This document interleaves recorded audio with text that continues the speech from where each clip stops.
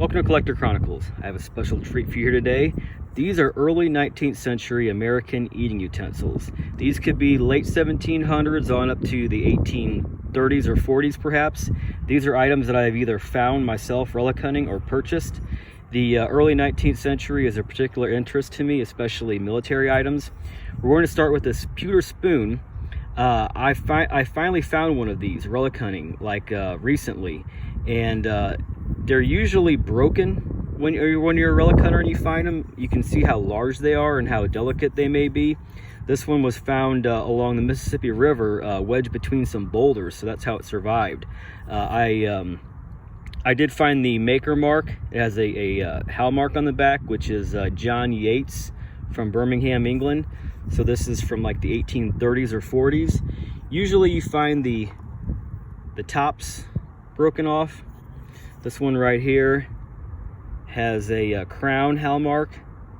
A lot of these were made in England and imported to the U.S. They had the pewter spoon making down to a fine art. Here's another pewter end I found. This one has like a beveled edge or a border, which you don't see quite as often. Most of the time they're plain. A lot of times they have that kind of like a scallop design in the top there. So that would have been the top, and then this is the underside. It has a mark there, can't really make out. Pewter oftentimes will crumble due to whatever the soil conditions are and the makeup of the metal. So a lot of times it starts to look like that. So this one is pretty much perfect, even though it's bent. I did a TikTok video when I found it. Here's a spoon bowl broken that I found. What's interesting about this is you can see like a manufacturing flaw where it kind of folds over. I would imagine that cut the hell out of your lip if you tried to eat off of it. So this may have been lost not long after the person had it. A little scratched up there. I can't imagine anyone eating off that without wanting to take a file and get rid of that burr on the edge there. So one thing about these pewter spoons is they're quite large. In silverware these days, you wouldn't have spoons as big usually. So the spoons came in pewter and silver pretty much. They didn't have flatware like we have now. Forks and knives were usually like a different deal all to themselves, kind of like this one here. They were like forged, like blacksmith forged with a bone handle. And then the common man or woman had pewter, and then the more wealthy had silver. Now, there was two sizes of spoons. You had these big soup spoons, and then you had like this size right here, which is what they call coin silver. This one is very, very rare and historically important. This is a U.S. Army officer's spoon. I'm going to do a video just on this spoon and the bowl that came with it. But actually, you have the mark there, J. Watson, Philadelphia, which coincidentally that's my name, and then it has the eagle, which is my favorite design, and it's marked Mess 6th Regiment Infantry. So that's 1820s, perhaps 1830s. Here's another one, a little bit smaller, very, very thin and delicate, also an American spoon. It has a personalized floriated script engraving, which you encounter often. Sometimes they're oriented, usually they're oriented this way, but this one's on its side. And this one is marked A. Jones, Alex Jones, I don't know. It's got another eagle there. So I don't know what this would be used for. They had specific uses for spoons besides teaspoons. They had like custard. They had different weird little spoons also, including these salt spoons. Now salt spoons, they go back to the 1700s. I don't know if that's how old this one is. I just bought it because I liked it and I like silver. I didn't track down the hallmarks on this yet, but it's probably European. So yeah, they had these little tiny salt spoons, and the salt went in a salt cellar, they called it. It was like a little salt dish. You'd sprinkle it on there. So these are really cool and desirable. This one right here, this spoon is another really rare spoon.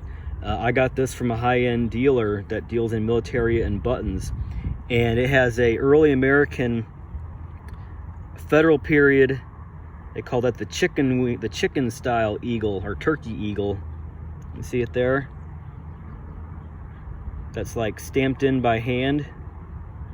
Now this is unusual because it's a large spoon, like a pewter spoon, but it's not silver, it's silver plate. They did have silver plate in the 1700s, but a lot of it didn't survive. You can see how thin that is, so it's pretty remarkable. It doesn't have any maker marks on it, but that's one of my favorite pieces in my collection. So, okay, the forks. I don't have any knives, but the knives looked very similar. They were like butter knives with a really big blade. I'll show you in a minute here a picture of one.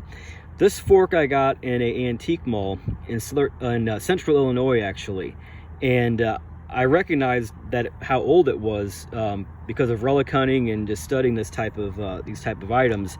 The handle is bone, and if you look, this is a bone handle I found relic hunting that became separated from the utensil it was on, and if it wasn't, it would have been stuck to a massive rust. So actually this was preserved by breaking away, and you can see it had a similar, there was two really popular styles of this crosshatch pattern you see on early 1800s, late 1700s forks, and this one was worn for so long that it almost completely obliterated the design. It has like a V design in the center there. So yeah, there's a archaeological report I have here from Fort Atkinson, Nebraska, which was 1820s, occupied by the U.S. Army, and they found some similar, see the forks there, and there's that design with the concentric V, and then the checker on the edges. So yeah, and there's the knives.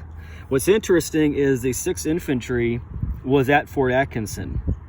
It was named after Henry Atkinson, who was the commander, and they found a 6th Regiment marked silver serving spoon. And actually, in the records of the 6th Infantry, they mentioned in the inventory they were missing a spoon, and then the archaeologist actually found the missing spoon. It was marked on the back there, which is like the holy grail if you're an archaeologist, to have a documented artifact. That is like the most you can hope for. So there's another book that shows these utensils right here. This is Casemates and Cannonballs. I remember the high school library had this book when I was younger, and then many years later I wanted to find a copy, and I got one on eBay pretty cheap. So they show a lot of artifacts in here from the French and Indian War period, you know, like coins and stuff like that, and they found a similar type of fork. And you have these that have like a curved handle. There's some of the knives are like butter knife looking knives. They had like that upturned end that was really weird looking. So yeah, that's pretty much, there's like a pirate era, really early pewter spoon there. So I think that wraps it up. I want to give a shout out to 2 channels. These are relic channels. There's not a whole lot of these, but I interact with these people, and one of them is Country Diggers, right here. Country Diggers, real fine country girl. I'm friends with her on Facebook. She's really sweet, and she gets out there and hits the dumps pretty hard. And this guy right here, Whiskey City Diggers, he's in Illinois. I used to live in Illinois, and I always wanted to go bottle digging with him, but I moved out of Illinois. So these are legit, real treasure hunter, relic hunter people. So check those channels out, subscribe to them, and that's it for this video, and see you in the next video.